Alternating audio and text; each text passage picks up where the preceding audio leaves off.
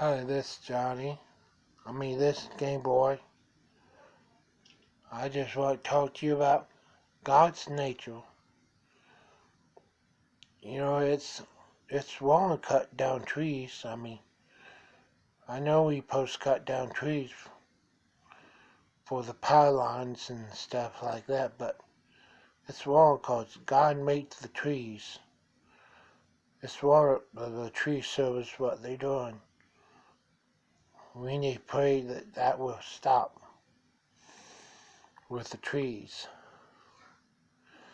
This is all God's nature. The trees, the flowers, everything. God's nature. He made it for the earth. So,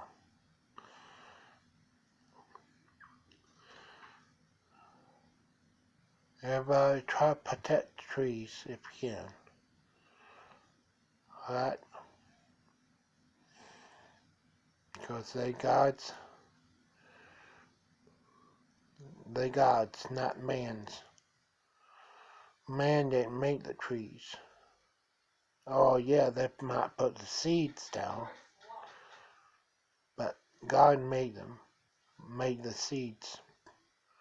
So, well, this Game Boy sound off. Thanks for listening to part 1 of God's nature.